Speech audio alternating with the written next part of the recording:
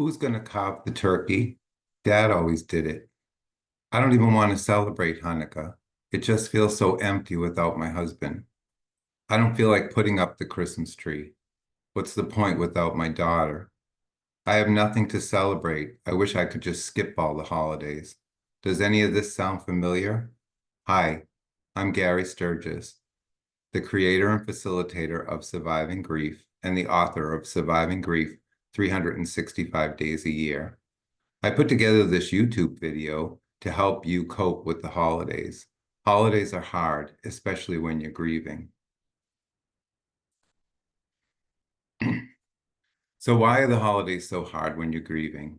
They mark the passage of time. It's hard to be happy when someone we love is gone. They represent time spent with family and friends. It's hard to celebrate togetherness when there is none. So here's 3 facts about holiday grief. Holidays are difficult because you miss them even more.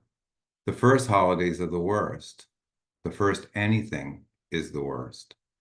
And the anticipation of the day is usually worse than the actual day because honestly, every day is hard. So here's a question to ask yourself when you're trying to make a decision when faced with something during the holidays. Ask yourself, will doing this make me feel better, or will doing this make me feel worse? The answer to this question will usually help you make the decisions that you have to make during the holiday season. And practice the 3 C's. The first one is choose. Choose what's best for you. Make choices about what you can and can't do. And connect. We're wired for connection, so don't isolate yourself. Isolating yourself will only make you feel more lonely during the holiday season. And communicate. Put your needs out there. Let other people know exactly what you need and also what you don't need. So here are 10 ways to survive the holidays. The first one is talk about your grief. Don't be afraid to tell people how you really feel. Talk to other people that are in the club. You know, this club that none of us wanted to be a member of. And remember, you're not the only one feeling like you do this time of year. Everyone watching this video feels the same way. And respect your physical and emotional limits. Grief is exhausting. It makes you tired. Delegate. Let someone else take over this year. And make sure you get plenty of rest and slow down. It's all about self-care. Now is the time to be selfish. And eliminate unnecessary stress. If you don't feel like doing something, don't do it. For example, holiday cards. If it's too painful to write out holiday cards this year, especially when you can't put your loved one's name on them, then just don't send them this year. Most people will understand why. And if it's too hard to go into the stores and do your shopping, shop online. It'll keep you from hearing all that happy holiday music that you're probably not in the mood for this year.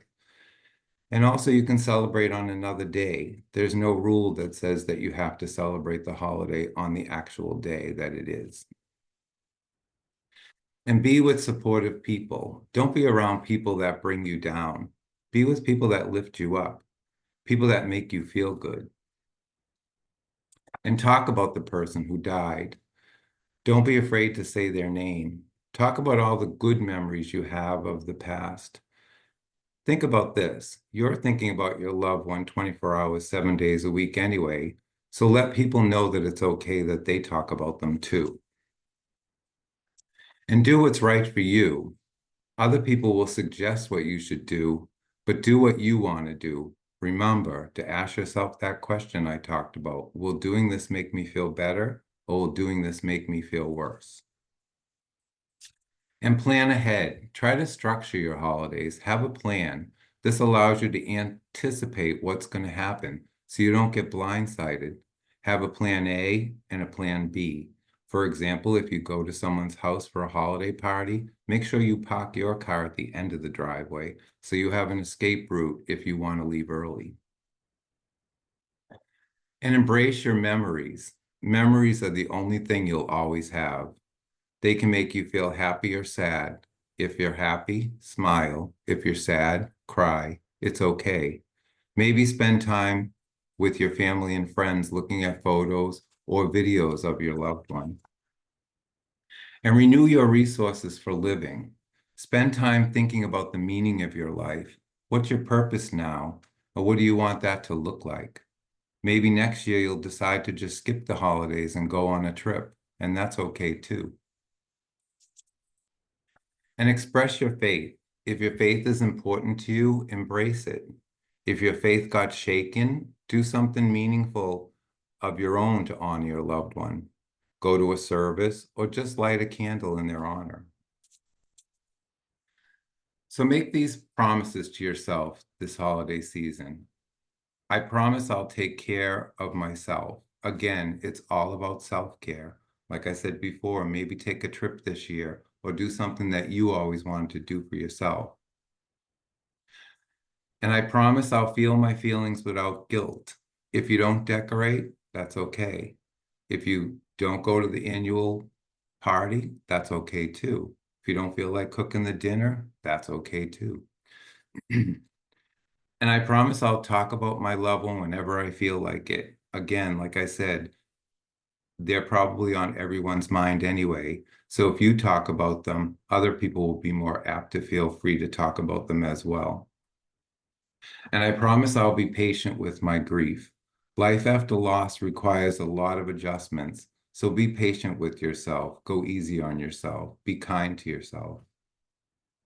And I promise I'll be clear to others about what I want to do or not do. You might not be able to fulfill any expectations this year, and that's okay. So here's 5 tips to honor your loved one during the holidays. Donate money in their name. If your loved one was passionate about passionate about some situation, donate money to that or donate your time. Or plant a tree or bush. Planting a tree or bush is a great way to remember your loved one. It's something that you'll always have and something that grows and thrives.